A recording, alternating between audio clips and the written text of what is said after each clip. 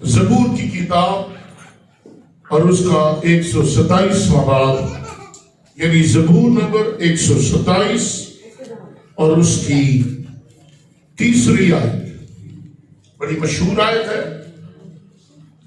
बड़ी कमाल आयत है नस्ल इंसानी के लिए।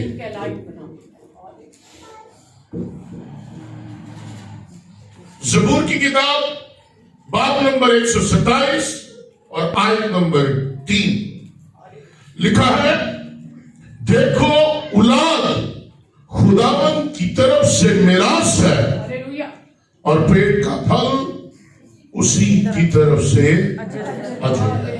खुदा की कलाम के पढ़े और सुने जाने पर खुदा की बरकत हो। तशरीफ रखें। इंसान अपनी जिंदगी में जिस चीज की बड़ी शिद्दत से ख्वाहिश करता है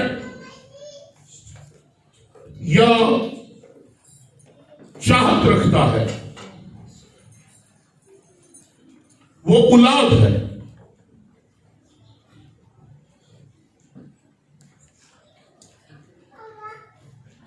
आज इंसान जब जवानी के कदम बढ़ाता है और अज़वाज का सफर शुरू करता है, तो उसके अंदर बड़ी शिद्दत से ये ख्वाहिश पैदा होती है कि उसके औलाद हो।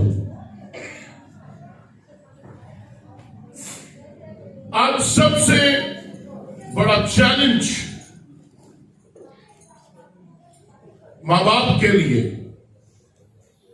कारोबार नहीं, रुपया पैसा नहीं, बल्कि औलाद है। औलाद की ख्वाहिश करना,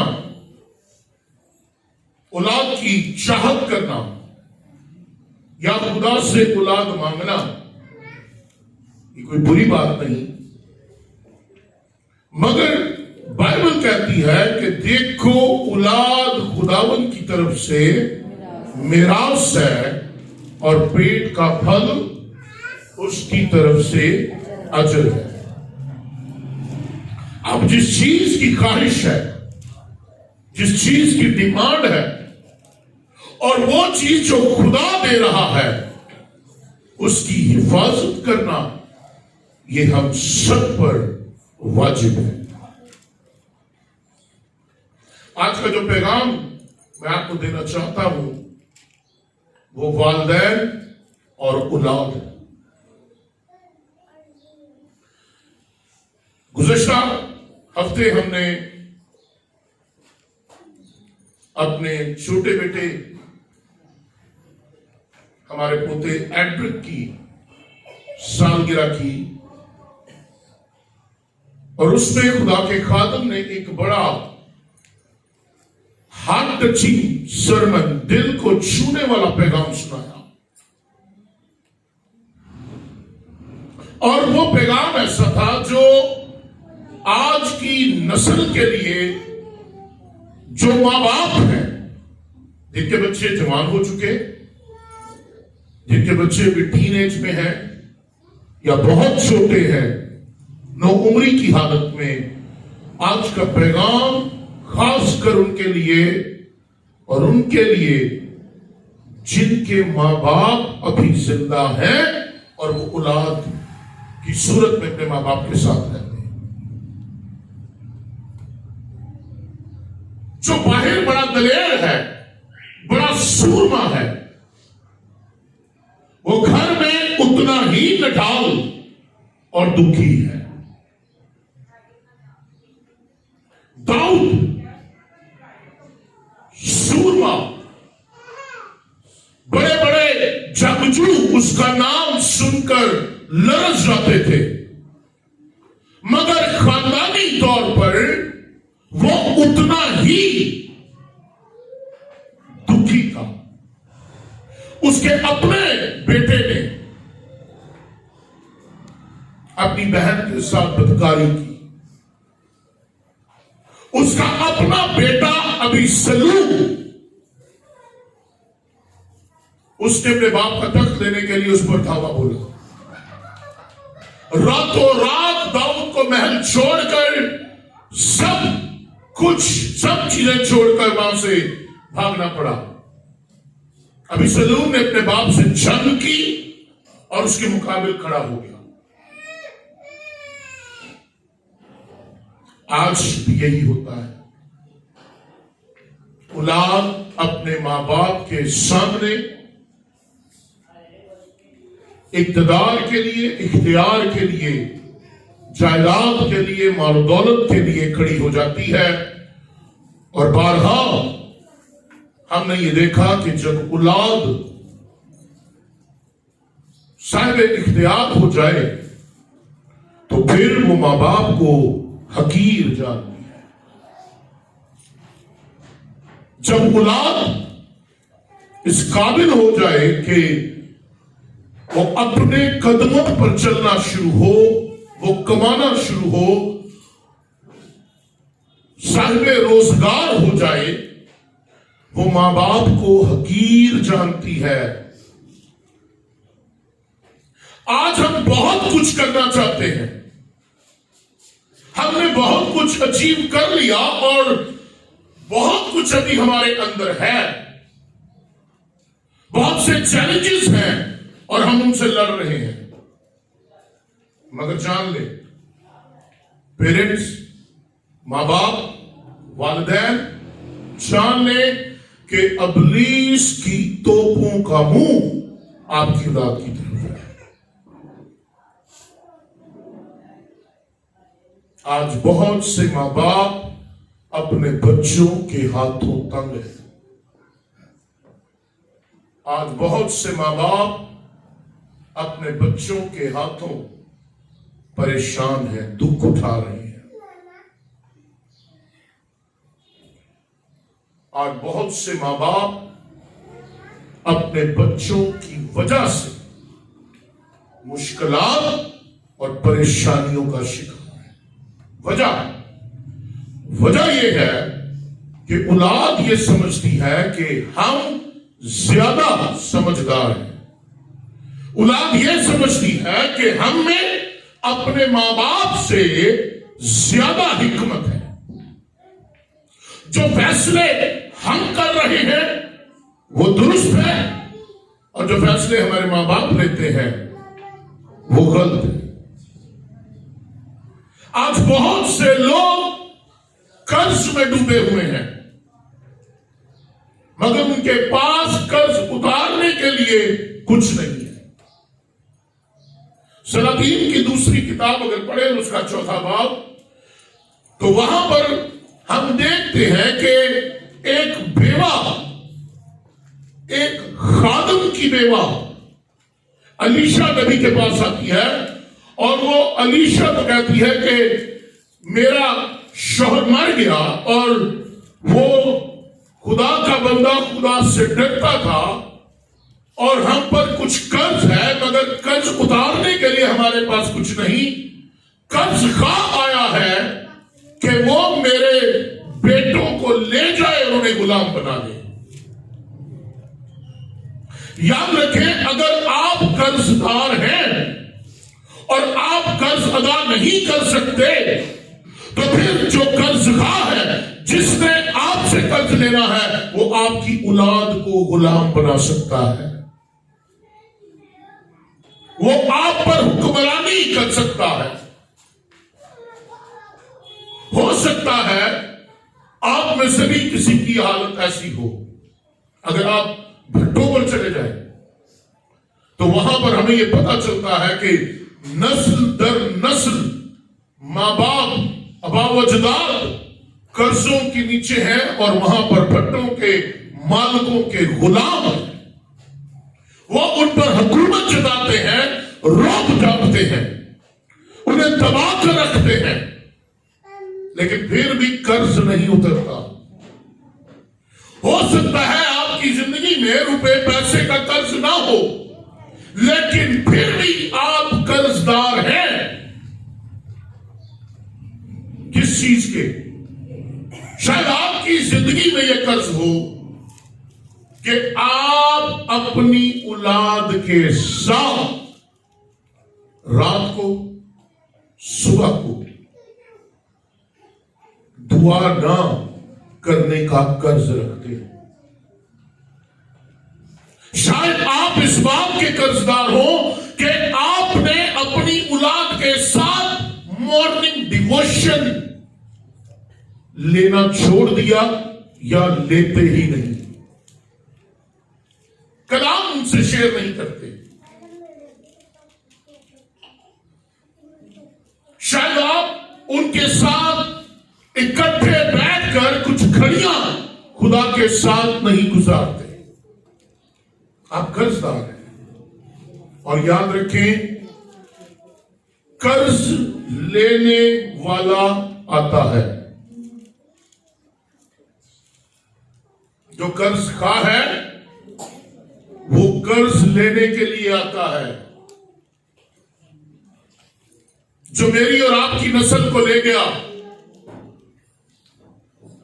जो उसे बर्बाद करने को है, जो हमारे बच्चों को तबाह करने को है, उसका नाम अबलीस है, उसका नाम दुनिया है, उसका नाम दुनिया की ख्वाहिशात है। मेरी बहनों और भाइयों, हमें इस कर्ज को अदा करना है। जब तक तू पाई पाई अदा ना कर ले, तेरी मखलसी ना होगी। जब तक हम कर्ज अदा ना कर लें, तब तक हम ये उम्मीद नहीं कर सकते कि जो मुशक्कत, जो मेहनत, जो दुख हम उठा रहे हैं, हमारी औलाद उनसे हमें निजात दिला सकती है या आराम देगी। हम कर्जदार हैं। हमें इन्वेस्टमेंट करनी है, और जब तक इन्वेस्टमेंट ना हो, प्रॉफिट नहीं आता। हो सकता है आपकी माली इन्वेस्टमेंट आपके बच्चों के लिए कम हो, लेकिन आपको अपने बच्चों के लिए रूहानी इन्वेस्टमेंट करने की जरूरत है। अगर आपके बच्चे, उनके पास, उनकी जेबें रुपए पैसे से भरी हैं, अगर आपके बच्चे, उनके पास महंगे से महंगा मोबाइल है, अगर आपके बच्चों के पास जिंदगी गुजारने के बेहतर से बेहतरीन वसाइल हैं, मगर वो ईमान से खाली है, अगर वो खुदा से खाली है, तो कोई फायदा नहीं। क्या लिखा है इस बात में? देखो, औलाद खुदावन की तरफ से मिरास। अगर हमारे बच्चे ईमान से खाली हैं, खुदा से खाली हैं, तो हम कर्ज अदा करने में नाकाम रहे हैं। यह बहुत बड़ा चैलेंज है मेरे और आपके लिए। जो लोग औलाद के लिए आंसू बहाते हैं, जो लोग औलाद के लिए रोते हैं, वो अपने इर्द गिर्द निगाह करें कि औलाद वाले कितने परेशान हैं। किसी के बेटे ने दुख दिया है तो किसी की बेटी ने दुख दिया है। कहा जाता है कि औलाद ना हो तो दिल में दर्द होता है, मगर आजकल अगर औलाद हो तो फिर सर में दर्द होता है। Blood pressure, depression, tension. अपने खानदान की तरफ बराए मेहरबानी, मैं इल्तिजा करूंगा, बराए मेहरबानी अपने खानदान की तरफ ध्यान दें। हमने अपने बच्चों को अपने आप से जुदा करके किसी और के सुपुर्द कर दिया। हमने अपने बच्चों को किसी और के हाथ में दे दिया। और जिसके स्पुर्द हमने अपने बच्चों को किया है उसका नाम मोबाइल है। आज बच्चा फीडर के बगैर रह सकता है मगर मोबाइल के बगैर नहीं। जब तक मोबाइल पर पोएम ना चले, वो देखे ना, वो दूध नहीं पीता। हमने अपने बच्चों को किसी और के हाथों में दे दिया। बराए मेहरबानी इसको समझे, ये जहर कातिल है, इससे बचें, अपने आप को बचाएं, क्योंकि यह जहर छोटी उम्र से लेकर बड़ी उम्र के हर एक फर्द को हलाक कर सकता है। कलाम की सच्चाई को जाने। हमारी औलाद हमारे लिए किस कदर अजीम है, कीमती है, और हमें अपनी जो खुदा ने हमें औलाद दी है उसे किस कदर संभालना है। ज़बूर 112 उसकी पहली और दूसरी आयत में खुदा मेरे और आपके लिए और औलाद के लिए सच्चाई को बयान करता है। पहली आयत में लिखा है खुदावंद की हम्द करो। किसकी हम्द करो? मुबारक है वो आदमी जो खुदावंद से डरता है और उसके हुक्मों में उसकी नस्ल जमीन पर जोरावर होगी। रास्तबाजों की औलाद होगी जो खुदावंद से डरता है। बाइबल कहती है उसकी औलाद जोरावर होगी, कमजोर नहीं, नॉर्मल होगी, अब नॉर्मल नहीं। और फिर रास्तबाजों की औलाद मुबारक होगी, कबूतरबाजों की नहीं, नशाबाजों की नहीं, धोखेबाजों की नहीं। अगर आप चाहते हैं, मैं चाहता हूं कि हमारी औलाद रास्तबाज हो, तो फिर हमें रास्तबाज बनने की जरूरत है। अगर हम चाहते हैं कि हमारी नस्ल जमीन पर जोरावर हो, तो हमें रास्तबाज बनने की जरूरत है।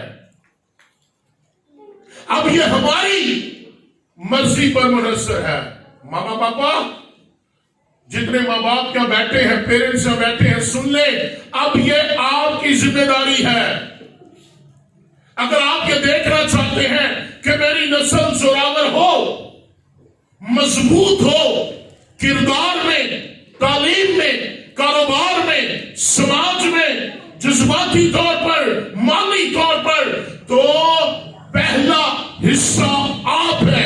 पहले आपको रास्तबाज बनना है और उसके बाद आपकी औलाद जमीन पर मुबारक होगी, जोरावर होगी। First you. हम सारी जिंदगी खुद बुरे काम करते रहते हैं और दुआएं करते रहते हैं, खुदावंद मेरी औलाद को बरकत दे। नो बरकत। अगर तू रास्तबाज है तो तेरी औलाद जोरावर है। अगर तू रास्तबाज है तो तेरी औलाद मुबारक है। अगर तू रास्तबाज है तो तेरी औलाद मजबूत होगी। अगर तू रास्तबाज है तो जमीन पर तेरी नस्ल कायम रहेगी।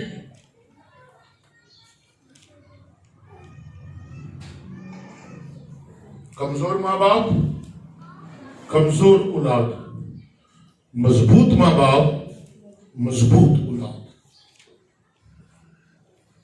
होम्योपैथिक मां बाप, होम्योपैथिक मां बाप, जिनका ना कोई फायदा ना कोई नुकसान।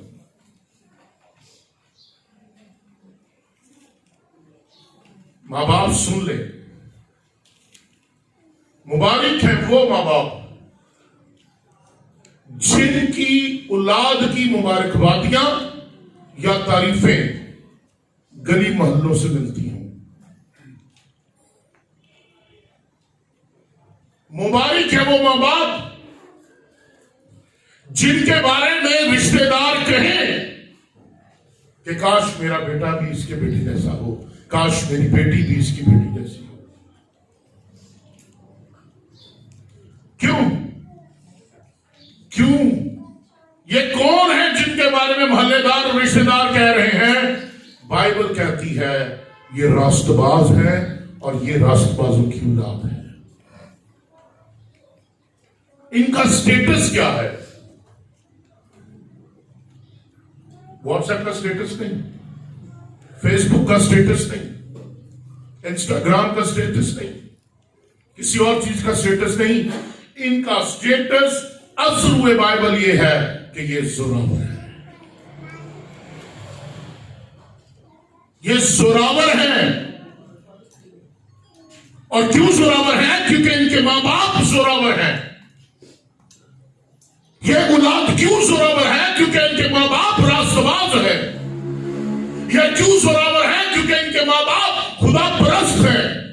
यह क्यों मजबूत है? क्योंकि इनके मां बाप मजबूत हैं। इस चैलेंज को अपने साथ लेकर जाइए, दुआ कीजिए बहाली के लिए, बहाली हासिल कीजिए। अगर आप अपने खानदान के साथ मिलकर रात के सुबह की दुआ नहीं करते या खत्म कर चुके हैं, इस चैलेंज को अपने साथ लेकर जाइए। आज घरों में अलग अलग होकर खाने खाए जाते हैं। मैं अपने कमरे में, एक बेटा अपने कमरे में लेके घुस गया, दूसरा बेटा अपने कमरे में लेके घुस गया, तीसरी बेटी अपने कमरे में लेके घुस गई, मां अपने कमरे में चली गई, मेरे बाप अपने कमरे में चला गया। अलग अलग बैठकर खाना खाया जाता है। डाइनिंग टेबल वीरान पड़े हैं, दस्तरखान वीरान पड़े हैं। याद कीजिए अपने दौर को। मेरी उम्र के बूढ़े लोगों याद कीजिए, हमारी मां चूल्हे पर बैठती थी और सारे बच्चों को चूल्हे पर इकट्ठा करके साइडों पे बैठा के गरम गरम रोटी देती थी और हम लोग लड़ते थे आपस में, पहले मुझे, पहले मुझे, पहले मुझे। और जब तक मां रोटी नहीं देती थी हम नहीं खाते थे। आज मां दे या ना दे, हम अपने कमरे में खुद जाते और चुप करके खा लेते हैं। सब कुछ वीरान हो गया है, सब कुछ बर्बाद हो गया है। आइए इन्हें दोबारा इकट्ठा करें, आइए इन्हें दोबारा यकजा करें। खुदा बहाल करेगा। आज सोफे आबाद हो चुके हैं और जितना बड़ा ड्राइंग रूम उतने ज्यादा सोफे और चारों कोने भरे हुए हैं, क्योंकि हर आदमी अपना अपना काम कर रहा है। मां को मोबाइल चलाना नहीं आता, बेचारी मुंह में दी कभी इस मुंडे यार, कभी उस मुंडे यार, कभी उस कुड़ी यार। कोई मुझसे बात करे ना, बात करने वाला कोई नहीं। बाप बैठा है कि कोई मुझसे बात करे, मैं उसको अपनी मिरास दूं, मैं उसको अपना कुछ दूं जो उसकी जिंदगी में ठहर जाए। लेकिन नहीं, हम बाप से लेना कुछ पसंद नहीं करते। बाप और मां अकेले कमरे में पड़े हैं। घर बड़ा, रहने वाले थोड़े और वो भी अलग अलग। खुदा की कलाम में लिखा है कि ईमानदार की दुआ की सबब, ईमानदार की दुआ से बहुत कुछ हो सकता है। आमीन।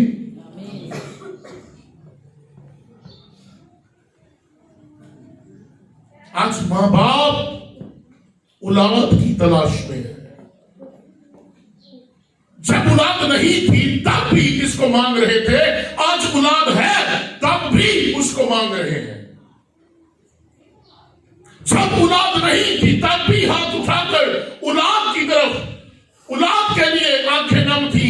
आज औलाद है, उनके होते हुए भी उनकी आंखें नम है।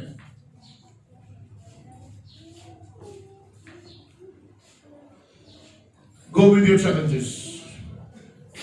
इन चैलेंजेस को अपनी जिंदगी में लेकर जाएं खुदा के हुजूर।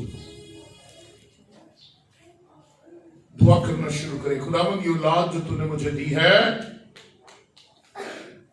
मैं ईमान रखता हूं मेरी दुआ के वसीले मुझे आराम देगी। आमीन। आज माँ बाप तड़प रहे हैं, तरस रहे हैं, और जो माँ बाप अपनी औलाद के लिए दुआ करना शुरू करेंगे, ईमान रखें कि खुदा उनको आराम देगा। हालेलुया। महंगे से महंगा बेड आपको इस बात की गारंटी नहीं देता कि आपको मीठी नींद आएगी। महंगी से महंगी गाड़ी आपको इस बात की गारंटी नहीं देती कि हमेशा सलामती रहेगी, एक्सीडेंट नहीं होगा या खराब नहीं होगा। हमारी सलामती, हमारा इत्मीनान, हमारी खुशी सब खुदावंद के वसीले से है। अगर मामला हाथ से निकल चुका है और बच्चे हमारे हाथ से निकल चुके हैं तो सुन ले मां बाप। कितने मां बाप हैं? पूरा खड़ा करें, कोनी का सिद्धि होनी चाहिए। एंड जिवें की सलीम भाई ਤੁਹਾਡੀ कोनी की है, एंड करो एंड कोई का सिद्धांत सुन ले। हाथ खड़े खड़े सुनेंगे, जिन्हें हाथ थले की तो मैं मैक मार देना। सुने, अगर आपके बच्चे हाथ से निकल गए, अगर मामला बिगड़ गया, मामला हाथ से निकल गया, तो आपके आंसू, आपका रोजा खुदा के हाथ को जुम्बश देगा कि वो आपके लिए नामुमकिन को मुमकिन कर देगा। हालेलुया। करने हाथ पीछे। आपके आंसू और आपके रोजे खुदा के हाथ को जुम्बश देंगे कि खुदा आपको सब कुछ लुटा दे। वो इकट्ठे बैठकर दुआ करना, वो इकट्ठे बैठकर खाना खाना, वो औलाद का मां के साथ प्यार करना, जिद करना, नहीं पहले मैनू रोटी दे, नहीं पहले मैनू रोटी दे, नहीं पहले मुझे, और मां से कहना अगर तू रोटी देगी तो मैं खाऊंगा वरना मैं भूखा रहूंगा। अब वो दिन कहां गए? अब वो आदम कहां गए? अब वो वक्त कहां गया? सब कुछ वापस आ सकता है, और इसलिए आ सकता है क्योंकि खुदा का दिल, याद रखें, खुदा का दिल खानदानों की खुशी में है और खुदा की खुशी खानदानों में है। आमीन। खुदा खानदानों से इतना प्यार करता है कि वो हर रोज आदम और हवा के पास आता था। बाइबल कहती है ठंडे वक्त में खुदा आदम और हवा से बातें करने, मुलाकात करने आता था। याद रखिए, अगर आपके घराने में, आपके खानदान में ठंडक है तो खुदा आने के लिए तैयार है।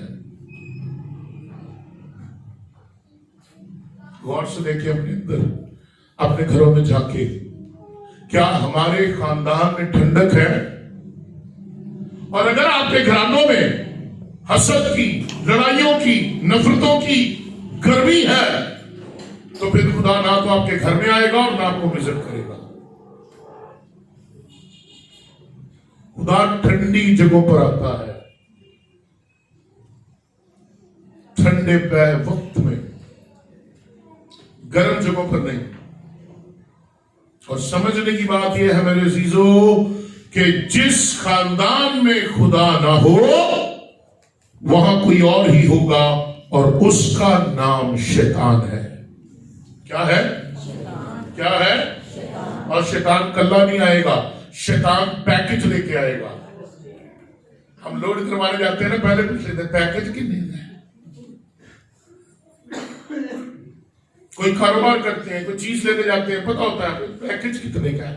लिसन, शैतान आएगा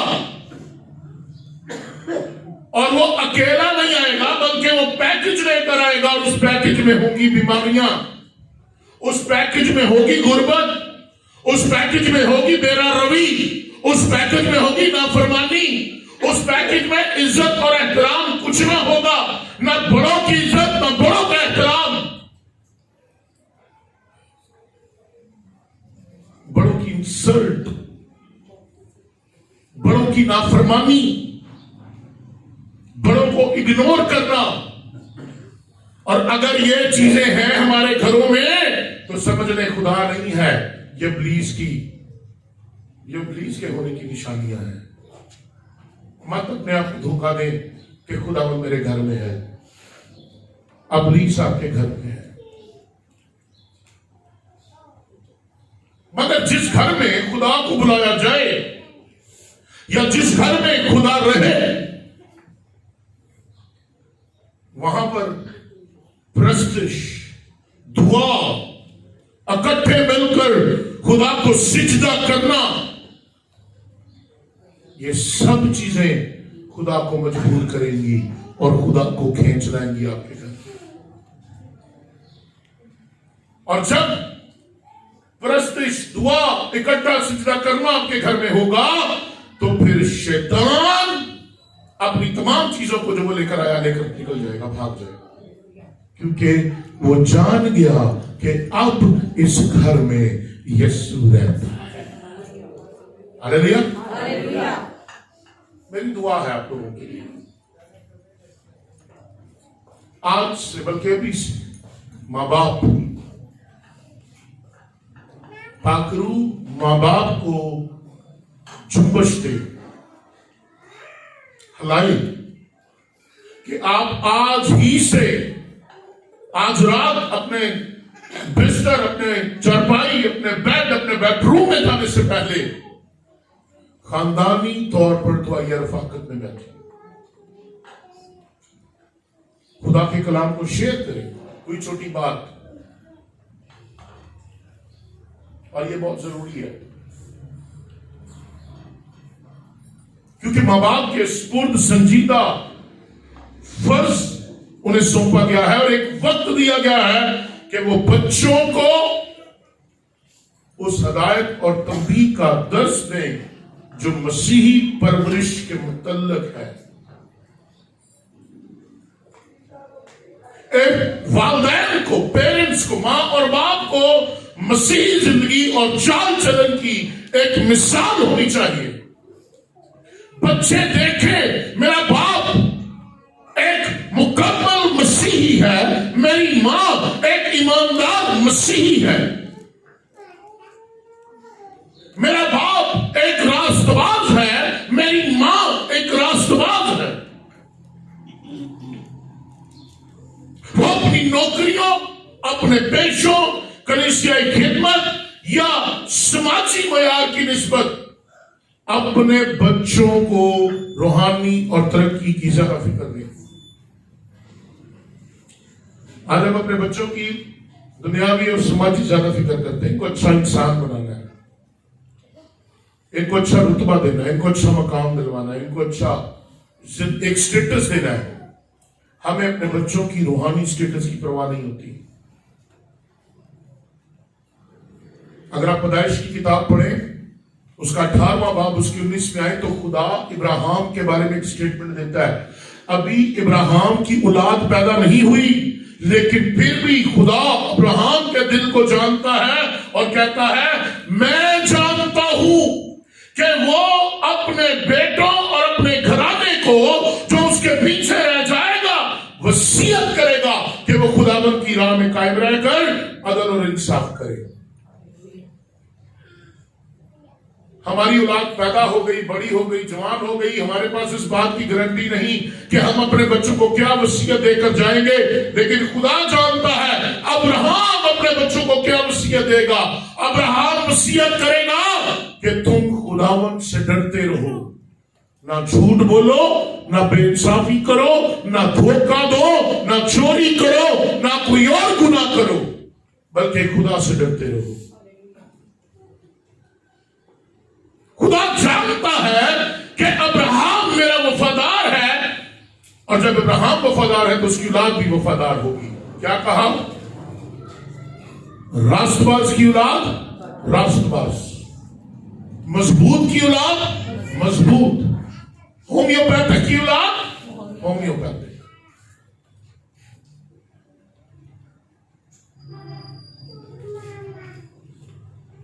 क्यों? क्योंकि अब्राहम अपनी वफादारी और जानदारी को अपने बेटे में, अपनी औलाद में, अपने घराने में मुंतकिल करेगा। हम अपने बच्चे को क्या देकर जा रहे हैं?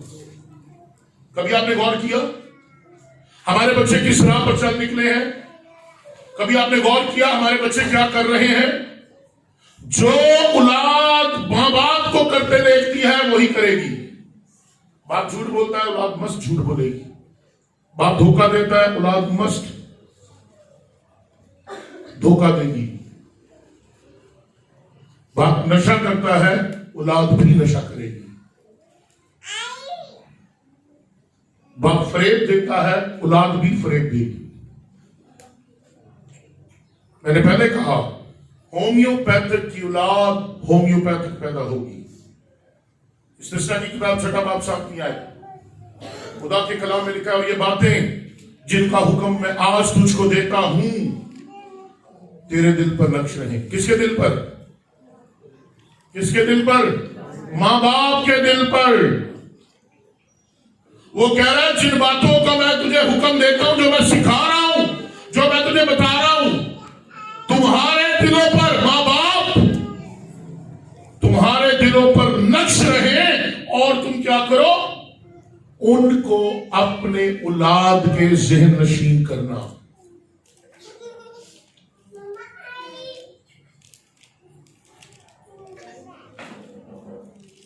मेरी जिंदगी की ईमानदार जिंदगी की बुनियाद कोई चर्च नहीं था, कोई पादरी नहीं था। मेरी ईमानदार जिंदगी की बुनियाद मेरा बाप था। मेरे बाप ने उठते बैठते सोते जागते, मैं अगर उनके साथ ट्रैवल कर रहा हूं, घर में बैठा हूं, रास्ते में जा रहा हूं, स्कूल से आ रहा हूं, वो मेरे साथ हैं। घर में खाना खा रहे हैं, टीवी हमारे घरों में नहीं सुनता था। टीवी इतना होता ही नहीं था, जिनके घरों में था चंद एक लोग थे। हमारे घर में तो बिल्कुल। मेरे बाप ने हर वक्त सिर्फ और सिर्फ कलाम की बात मुझसे की। No another thing. कलाम मेरे कानों ने जब भी सुना, कलाम सुना। मेरे दिल में जो भी उतरा वो कलाम उतरा। मेरी रूह में जो कुछ डाला गया वो कलाम डाला गया। मेरी पैदाइश के दिन से लेकर आज तक मेरी परवरिश कलाम में हुई। मुझे जिन हाथों में डाला गया वो किसी इंसान के हाथ नहीं थे, बल्कि वो मेरे खुदावंद मेरे मदद जी यीशु मसीह के हाथ थे कि ये इसकी परवरिश करे। हमें इजाजत नहीं थी कि हम लोग बाहर दोस्तों के साथ खेलने कूदने जाए। हमें इजाजत नहीं थी कि हम बाहर लोफरों की तरह फिरें या इधर उधर जाएं। हमें इजाजत नहीं थी कि हम लोग अपनी मर्जी से अपनी जिंदगी का फैसला करें। नो,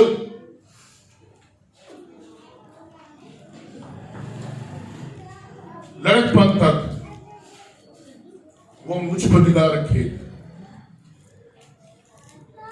उन्होंने घर बैठे, रात चलते, उठते वक्त, खाना खाते वक्त इन बातों का जिक्र किया। आज हम क्या करते हैं? हम जब भी बैठते हैं किसी मामले, फूफी, चाची, ताई, खाला, मासी, इधर उधर उनकी बुराइयां शुरू कर देते हैं। हमारे बच्चे उनके सुनती हैं, उनकी सुनते हैं, उनकी सुनते हैं, और फिर वो भी वही बातें करते हैं। हम लोग अपने बच्चों के साथ बैठकर बड़ों की बुराइयां करते हैं, हमारे बच्चों के दिलों में वो बैठना शुरू हो जाती है। हम अपने बच्चों के साथ बैठकर कारोबारी तौर पर धोखाधड़ी और प्रॉफिट की बात करते हैं, किवें आ सकता है, किवें जा सकता है, और हमारे बच्चे वही बनना शुरू कर देते हैं। याद रखें, जो कुछ तुम बोगे वही काटोगे। ये मां बाप की जिम्मेदारी है कि वो अपने बच्चों की उस तरह परवरिश करें जो उन्हें जिंदगी में खुदा के मकसद को मुकम्मल या पूरा करने के लिए तैयार कर सके। हमारे एक दादा थे, दादा बरकत, उन्होंने मेरे बाप के सामने एक ख्वाहिश जाहिर की। उन्होंने कहा, जॉन, मैं चाहना वहां कि साढ़े खानदान से भी कोई पादरी होवे, खादम होवे।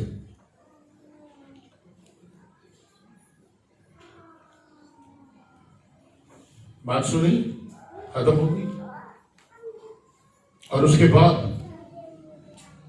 मेरे वालिद जब दोबारा दादा बरकत को मिले तो उन्होंने जाकर बताया कि चाचा जी मैं अपने दोनों मुंडिया को पादरी बना दिया। आज हमारे अबाव जदाद क्या फिक्र करते हैं? कभी आपके दादा दूदा ने किसी ने आप लोगों ने की अपने बच्चों के लिए फिक्र, इन्हों पादरी बनाए? हम लोग नहीं चाहते हमारे खानदान में कोई पादरी आए, क्योंकि बढ़िया सहमत छुड़ा देगा। वो तो पेंटिकास्टल पादरी हो गए, वो तो जीना आराम कर देंगे। आज लोग चर्च को जिम्मेदार ठहराते हैं। संडे स्कूल नहीं हो रहा, मुझे कई दिनों से बात सुनने को मिल रही है, संडे स्कूल नहीं हो रहा, हमारे बच्चे खराब हो रहे हैं। आप उनका पहला इंस्टीट्यूट है, आप अपने बच्चों का संडे स्कूल घर में ले लें। आप बाहर वाले संडे स्कूल पे नजर रख के बैठे, आप अपने घर में संडे स्कूल शुरू कर लें। जब तक हम संडे स्कूल नहीं कर रहे, आप शुरू कर लें। आप क्यों नहीं अपने बच्चों को घर में बिठाकर वही तालीम देते जो संडे स्कूल में उनको मिलती है? आपके बच्चे 8 दिन आपके साथ रहते हैं, 1 दिन चर्च आते हैं और इल्जाम संडे स्कूल पर आ जाता है। कैसे खाया जाता है? याद रखें, कोई कलीसिया, कोई स्कूल, कोई इदारा इस बात का जिम्मेदार नहीं है कि वो आपके बच्चों की तरबियत करे, बल्कि खानदान, मां बाप इस बात के जिम्मेदार हैं कि वो अपने बच्चों की रूहानी तरबियत करें।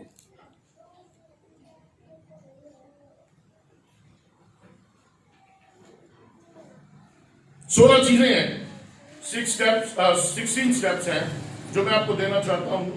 चीजें तो बहुत सी हैं, लेकिन मैं 16 पॉइंट आपको देना चाहता हूं। अगर आपके पास पेन पेंसिल है, आप लिखना चाहें, 16 स्टेप, 16 बुनियादी कदम जो मां बाप को उठाने चाहिए ताकि वो अपने बच्चों को मसीह के साथ शख्सी ताल्लुक के जरिए खुदा तर्स जिंदगी गुजारने में रहनुमाई कर सके। 16, पहली बात, सैमुएल की पहली किताब में उसके पहले बाब की 11वीं और 28वीं आयत पढ़े तो वहां पर हमें एक जिक्र मिलता है। किस औरत का? हन्ना का। हन्ना की औलाद नहीं थी, उसका बंदा, याद है उसके बंदे का नाम क्या था? और वो हैकल में खिदमत करता था। वो आती थी, हुआ करती थी, रोती थी। एक दिन उसने क्या कहा?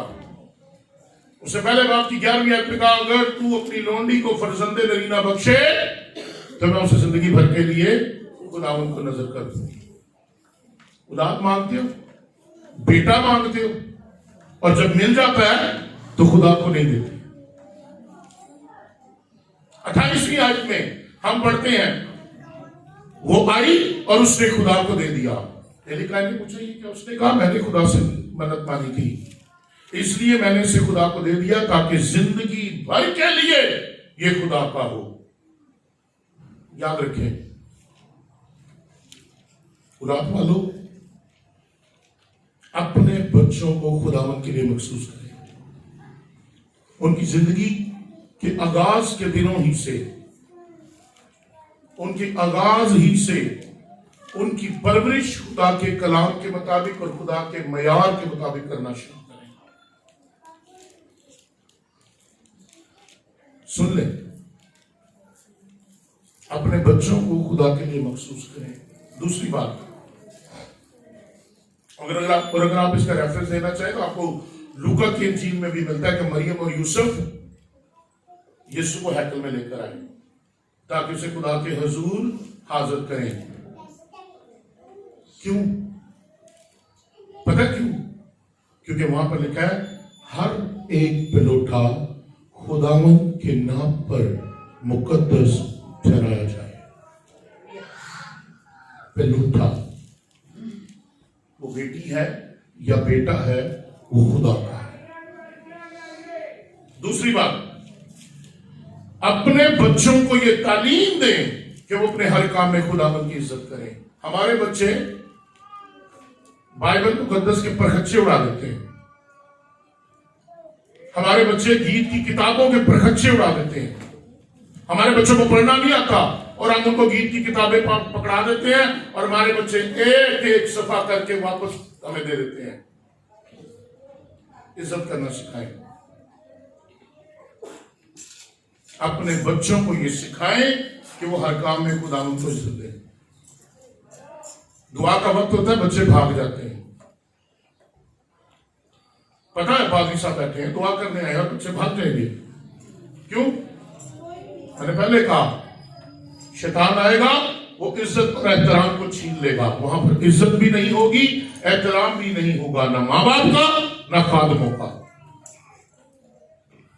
अपने बच्चों को सिखाएं कि हर एक उस चीज से मुंह मोड़े जो खुदावंद को नाखुश करती है। बुराई, नफरत, इन सब चीजों से खुदा को कराहियत है। उनके अंदर खुदा के रवैये और गुनाह की तरफ खुदा की अदालत के बारे में आगाही पैदा करें। उन्हें बताएं कि जो गुनाह तो बदी तुम करोगे उसकी अदालत होगी और तुम सजा पाओगे। तीसरी बात, बच्चों को यह तालीम दें कि वो मां बाप की फरमाबरदारी करें। नहीं, छोटा है, अभी तो ऐसे मारता है, छोटा है, पर फिर जब कलीसिया में आके ठा करके मारता है ना, तो पीछे पहली देखे तक आवाज आती है। सीखे what I'm saying। अमसाल की किताब उसका 22वां बाब 6 आयत में लिखा है, लड़के की उस राह पर तरबियत कर जिस पर उसे जाना है और वो बूढ़ा होकर भी उससे नहीं डरता। तरबियत। और अमसाल की किताब के 23वें बाब की 13वीं और 14वीं आयत मुझे ये बताती है, लड़के से तादीब को दरेक ना कर। अगर तू उसे छड़ी से मारेगा तो वो मर ना जाएगा, तू उसे छड़ी से मारेगा और उसकी जान को पताल से बचाएगा। हम अपने बच्चों को मारना पसंद ही नहीं करते। Teach them with love. ये बरसीद पाक और हिंद की नस्ल है, ये डंडे के जोर पर सीधी रहती है, ये मोहब्बत से मारने वाली नहीं है। ये बाइबल कह रही है, अगर तू उसे छड़ी से मारेगा वो मर नहीं जाएगा, बल्कि तू उसे छड़ी से मारेगा और उसकी जान को पताल से बचाएगा। ये मेरा फैसला नहीं है, ये मेरा कलाम नहीं है, ये बाइबल कह रही है। और 29वें बाब की 15वीं आयत कहती है, छड़ी और तंबी हिकमत बख्शती है। समझा अपने बच्चे को डांट, बड़ा हो गया तब भी डांट। मेरी शादी हो गई थी शौनर सनी थे, तब भी मेरी खुट्टी में पड़ती थी, मेरा बाप मुझे चपेट मार देता था, तब भी मुझे डांटते थे। हम अपने बच्चों को लाड में इस कदर बिगाड़ लेते हैं कि फिर रिवर्स लेना मुश्किल हो जाता है। बाइबल कह रही है, छड़ी और तंबी हिकमत बख्शती है, लेकिन जो बेटा जो बेटी बेतरबियत छोड़ दी जाती है वो अपनी मां को रुसवा करता है। फिर माएं रोती हैं। बाप आंसू नहीं बहाते, कौन आंसू बहाता है? कौन आंसू बहाता है? माएं। है मेरा पुत्र, है मेरी धी। रीजन, पहले आपने उस पर तरबियत नहीं की, पहले आपने उस पर जोर नहीं दिया, अब वो बिगड़ गया तो आप रो रही हैं।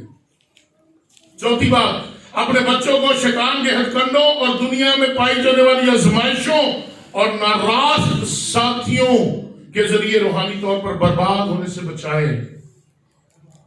चेक करें मेरे बच्चे किन से मिलते हैं, चेक करें कि दोस्त कौन है, चेक करें कि कहां जाते हैं। आज दोस्ती यारी ने बिगाड़ के रख दिया, दोस्ती यारी ने बर्बाद कर दिया, आज सहेलियों ने बर्बाद कर दिया। चेक करें मेरी बेटी की सहेली कौन है, उसका किरदार क्या है, उसका खानदान क्या है। मेरे बेटे का दोस्त कौन है, उसका खानदान, उसका किरदार क्या है, उसकी फेलोशिप कौन सी है, किन में बैठता है, किनके साथ खाता पीता है। चेक करें। अमसाल 13वां बाब 20 में कहती है, उन्हें सिखाएं कि वो अपने साथियों का चुनाव अक्लमंदी से करें। 5वीं बात, अपने बच्चों को इस बात से आगाह करें कि हम जो कुछ भी करते हैं, सोचते हैं, कहते हैं, खुदा हमेशा उसको देखता है, उसका जायजा लेता है। जबूर 147 याद है, खुदाया तेरी रूह तो मैं बना ना सके, खुदा देखता है। 100 पर्दों में भी जाएगा, गुनाह करेगा, खुदा देखेगा। छत के नीचे भी जाएगा, खुदा देखेगा। बेड के नीचे भी जाएगा, खुदा देखेगा। दुनिया देखे या ना देखे, लेकिन खुदा जानता है कि तेरे दिल में क्या है, तेरी आंखों में क्या है, तेरे मुंह में क्या है। खुदा जानता है, क्योंकि लिखा है वो हमारे बंद बंद और कूदे कूदे में से होकर गुजरता है। छठी बात, बच्चों को उनकी जिंदगी के इब्तिदा से इस तरफ लाएंगे वो खुदावंद मसीह को कबूल करें। अपने बच्चों को इस तरफ लाएं कि वो यीशु मसीह को अपनी जिंदगी दें। बच्चों को ये सिखाएं कि वो अपने गुनाह को मुआफ करने वाले और अपने रहनुमा को तस्लीम करें। उन्हें बताएं यीशु मसीह है जो तुम्हारा निजात देता है, यीशु मसीह है जो तुम्हारा रहनुमा है। Teach them about Christ. और उन्हें इस पॉइंट पर लेकर आए कि वो पानी का बपतिस्मा लें। आज हम कहते हैं बपतिस्मा कितने लोग लेना चाहते हैं? नाम 10 होते हैं, जब देना आता है तो 2 होते हैं। आज तिलक जाते हैं। क्यों? क्योंकि माँ बाप उनको खुश नहीं करते। ये कलीसिया का, पादरी साहब का काम नहीं है कि वो फट के होश में उतारे। नो, ये माँ बाप का काम है कि वो अपने बच्चों की तरबियत करें ताकि बच्चे खुदा यीशु मसीह को कबूल करने वाले। 7वां पॉइंट,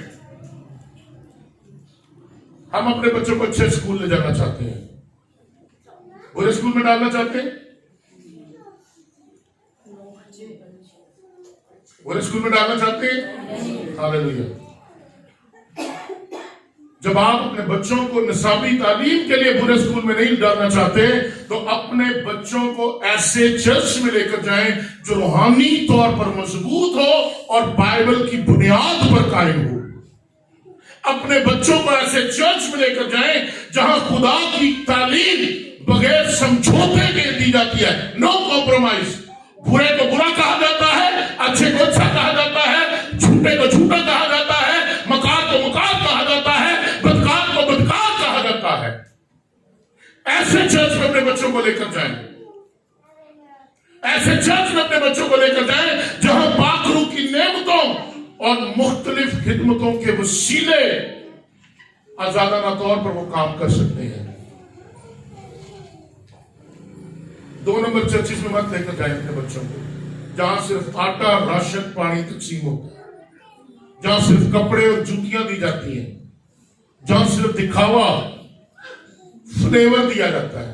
ऐसे चर्चिस में मत लेकर जाए, क्योंकि ये चर्च आपकी नस्ल को बर्बाद कर देगी। 8वीं बात, अपने बच्चों की इस सिलसिले में हौसला अफजाई करें कि वो अपने आप को बेदीन अकायद और रवैयों से अलग रखे जो कि दुनिया में आम है। और ये आजकल ये आपके दरमियान हो रहा है। आपके बच्चे चंद लम्हों की अयाशी के लिए, चंद लम्हों की अयाशी के लिए यह कौमों का सहारा लेते हैं। अपने अकीदे को छोड़कर दूसरों का अकीदा बना लेते हैं और फिर चंद महीनों के बाद हम उन्हें माफ कर देते हैं और वो चर्च में आना शुरू कर देते हैं।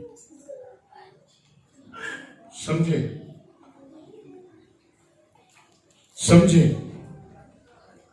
उन्हें इस बात की तालीम दे और हौसला अफजाई करे कि वो मसीह पर अपने ईमान और अपनी जिंदगियों में अपने मकासद की तकमील पर ध्यान दें, according to Bible, according to Jesus Christ. उन्हें बताएं कि तुम्हारी जिंदगी में बहुत सी मुश्किलात आएंगी, तुम मुश्किलों को सामना करोगे, इसलिए तुम्हें पस्त हौसला होने की जरूरत नहीं है, पस्त हिम्मत होने की जरूरत नहीं है। बाइबल बताती है कि हम लोग इस जमीन पर परदेसी और मुसाफिर हैं।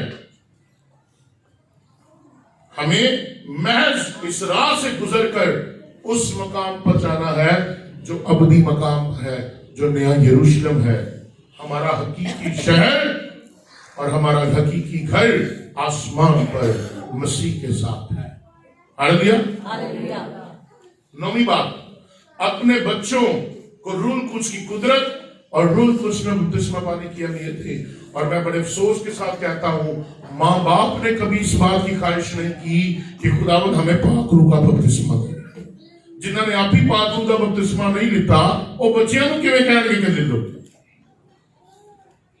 कभी माँ बाप ने अपने अंदर ख्वाहिश पैदा नहीं की, खुदावंद मुझे पाक रूह छुए, मुझे पाक रूह का बपतिस्मा दे, मैं भी गैर जुबानें बोलूं, मैं भी कुव्वत पाऊं, मैं भी बीमारों पर हाथ रखूं और शिफा पाए, मैं भी मौजज़े करूं, मैं भी गैर जुबानों का तर्जुमा करूं, मेरे अंदर भी नबूवती और हिकमत का कलाम हो।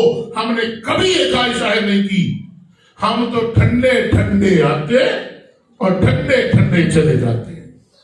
इतवार को आना एक मजबूरी बना ली है हमने, इतवार को आना एक रस्म बना ली है हमने, इतवार को आना एक रवायत बन चुकी है, लेकिन इसमें कोई रूहानी गर्मजोशी नहीं। और जिन माँ बाप में रूहानी गर्मजोशी नहीं, उनकी औलाद कैसे रूहानी तौर पर बेदार हो सकती है, रूहानी तौर पर मजबूत हो सकती है। 10वीं बात, अपने बच्चों को बताएं कि खुदा उनसे प्यार करता है और उनकी जिंदगियों के लिए खास मकसद रखता है। अपने बच्चों की नेमतों, तोड़ों और खूबियों को पहचाने। कभी पहचाना आपने मेरे बच्चे में कौन सी नेमत है? दनीशा दाइन, 2 छोटे बच्चे जब से पैदा हुए चर्च में परवरिश पाई। इन्होंने हाथों को बजाना शुरू किया, घुटनों को बजाना शुरू किया और आज खंजरी भी बजा लेते हैं, झांझ भी बजा लेते हैं और दफ भी बजा लेते हैं। हमने अपने बच्चों की कभी खूबियों और नेमतों को पहचाना ही नहीं, और अगर हम उनको जान भी ले तो हम उन्हें अपने लिए इस्तेमाल करते हैं। पुत्र तू ढोलकी बड़ी सोहनी बजाना, आज ना टप्पिया दे ढोलकी दे बजा, पर गिरजे नहीं उड़ाना कि चल के कांगो बजा ना।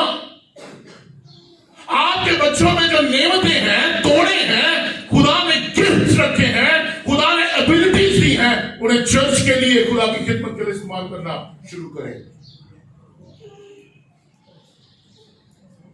11वीं बात, अपने बच्चों को यह तालीम दें कि वो अपनी शख्सी जराए से खुदा के नाम को इज्जत दें। अपने माल से, माली वसाइल से खुदा के काम के लिए बाकायदगी से अपना हिस्सा दें। बड़ा कमजोर एरिया है खुदा को देना। साढ़े कर्जे पूरे नहीं होंगे, साढ़े खर्चे पूरे नहीं होंगे, पाली साहब देन लगे होंगे।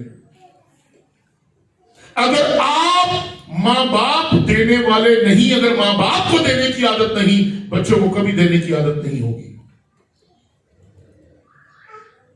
मैं अक्सर अपने खानदान पर फख्र करता हूं कि मैं और मालिन देने के एरिया में हमेशा मजबूत रहे, और आज मेरे बच्चे भी इस एरिया में बहुत मजबूत हैं। वो किसी को देने में कभी दरेज नहीं करते। भावे मेरे को लैके दे दें, पर दे जरूर देंगे। अपने काटे के दे आते ने, बाद फिर मेरे को ले आते। पापा जी वो हमने दे दिए थे, अब हमारे पास कुछ नहीं। गुड, अच्छा है। अगर आपको देने की आदत है, माँ बाप को यकीन देने की आदत है, माँ बाप को हदिया देने की आदत है, माँ बाप को खुदा के काम के लिए कमिटमेंट देने की आदत है, माँ बाप को खुदा के लिए वक्फ करने की आदत है, तो आपके बच्चों को भी होगी।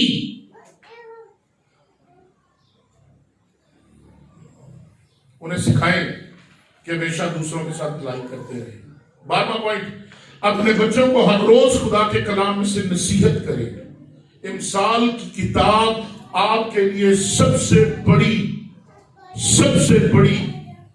एक तरबियत की किताब है। आप हर रोज अपने बच्चों के साथ इमसाल की किताब पढ़ें। दौरान गुफ्तगू खानदानी दुआ के वक्त उन्हें इमसाल की किताब में से तरबियत दें। दाना बेटा, दाना बेटी, हर एक चीज इसमें लिखी हुई है। अमसाल की किताब जो है वो हमारी जिंदगियों के लिए मशले राह है। 13वीं बात, बातों और मिसालों के जरिए अपने बच्चों को सिखाएं कि वो लगन के साथ दुआ करने वाले हों। कंटिन्यूसली अपने बच्चों को मिसालें दें। ताने नहीं, मां प्यो मिसाला नहीं देंगे, ताने देते हैं। ਉਹ ਵੇ ਉਹਦਾ ਮੁੰਡਾ ਵੀ ਤਾਂ ਘੱਟ ਨਾ, ਤੂੰ ਤੈਨੂੰ ਮੌਤ ਪੈਂਦੀ ਆ ना ताने नहीं देने, मिसाल दे। देखो वो बहन कैसी दुआ करती है और खुदा ने उसे कितनी इज्जत और शोहरत दी है। अगर आप भी ऐसे बनोगे तो आपको भी इज्जत और शोहरत मिलेगी। अपने बच्चों को एग्जाम्पल दें। आपके सामने ये दायम एग्जाम्पल है। छोटे छोटे बच्चे बजा रहे हैं, छोटे छोटे बच्चे यहाँ पे आते हैं और आयतें सुनाते हैं, कलाम सुनाते हैं, संडे स्कूल प्रोग्राम में हिस्सा लेते हैं। बड़े जवान बच्चे जो है उनको इंकरेज करें। देखो ये बहन पहले क्या थी, आज क्या है, ये बेटी पहले क्या थी, आज क्या है, ये बेटा पहले क्या था, आज क्या है। उन्हें मिसालें दें उनकी। तुम भी ऐसे बन सकती हो और वो बनेंगे। चौथी बात, अपने बच्चों को इस बात के लिए तैयार रखें कि वो मसीह के साथ अपनी मोहब्बत और लगन के लिए खड़े रहें। बेशक उन्हें मुखालफतों का सामना करना पड़े। आज मसीहियत को मुखालफतों का सामना है। कहीं जबरन मजहब तब्दील कराया जा रहा है, कहीं जबरन नकाह किया जा रहा है, कहीं जबरन तौहीने रसालत लगाई जा रही है, कहीं कुछ। कोई मसला नहीं। बाइबल मुकद्दस कहती है तुम मेरे सबब से सताए जाओगे। आमीन। हमें हमारे बच्चों को ये बात मालूम होनी चाहिए कि जितने मसीह यीशु में दीनदारी की जिंदगी गुजारते हैं वो सब सताए जाएंगे। हम सताए जाएंगे, जुल्म होगा, मारा जाएगा, जेलों में डाले जाएंगे, हमारे ऊपर अदालतें होंगी, केस किए जाएंगे। कोई मसला नहीं। क्यों? क्योंकि मैं और आप यीशु मसीह में दीनदार जिंदगी बसर कर रहे हैं। बच्चों को सिखाएं कि ये आफतें, ये मसाइब तुम पर आएंगे। 15वीं बात, पहले भी कहा फिर कहूंगा, अपने बच्चों के लिए लगातार दुआ करें। क्या करें? क्या करें? दुआ करें। क्या करें? दुआ करें।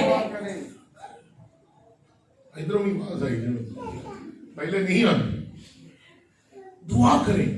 आपके बच्चों को आपकी दुआ या सपोर्ट की जरूरत है। और 16वीं बात, अपने बच्चों के साथ ऐसी मोहब्बत और हमदर्दी का मुजाहरा करें कि वो जान लें कि आप उन्हें उनके ईमान में मजबूत करने के लिए मददगार हैं। आपके बच्चे आपको दोस्त समझे, दुश्मन नहीं। आज बहुत से माँ बाप को बच्चे दुश्मन समझते हैं। No, make them friends. उन्हें दोस्त बनाए, उन्हें दोस्त बनाए। अगर उनसे एक बार गलती हो गई कोई बात नहीं, लेकिन सेकंड टाइम उनकी तरबियत करें। उन्हें बताएं कि जो तू कर रहा है वो गलत है, जो तू करने जा रहा है वो गलत है, जो तू सोच रहा है वो गलत है। उनकी गलती पर उनको इनकरेज मत करें, उन्हें सिखाएं, उनकी तरबियत करें। उनको ये पता चले कि जो कुछ मैं बनने जा रहा हूं, जो कुछ मैं करने जा रहा हूं, उसमें मेरा बाप, मेरी मां जो है वो मेरी मददगार है, मेरा मददगार है। आपके बच्चे कभी बर्बाद नहीं होंगे। ये बच्चे खुदा की मिरास है, ये बच्चे खुदा का अजर है और खुदा हर एक मिरास का आपसे हिसाब लेगा। जिन्हें बच्चे उनासा याद रखें। होम्योपैथिक माँ बाप मत बने, होम्योपैथिक बच्चे मत पैदा करें। एलोपैथिक बन जाओ, टीके भी लाते ने, बाद सीपीआर भी देते हैं करंट ला ला के। एलोपैथिक बच्चे, होम्योपैथिक बच्चे, ना कोई फायदा ना कोई नुकसान। अपने बच्चों को खुदा की मोहब्बत देना शुरू करें, खुदा की पहचान देना शुरू करें, खुदा की हजूरी देना शुरू करें। क्योंकि आपके लिए आपकी जायदाद, आपका कारोबार, आपका माल चैलेंज नहीं, आपके बच्चे चैलेंज है। अगर ये बर्बाद हो गए आपकी नस्ल बर्बाद हो जाएगी। अपनी नस्ल की फिक्रमंदी करें, क्योंकि खुदा ने जो औलाद आपको दी है वो उसका आपसे हिसाब लेगा। खुदा आपके साथ हो और खुदा आपकी नस्ल को और आपके बच्चों को हमेशा अपनी सलामती में रखे। आमीन।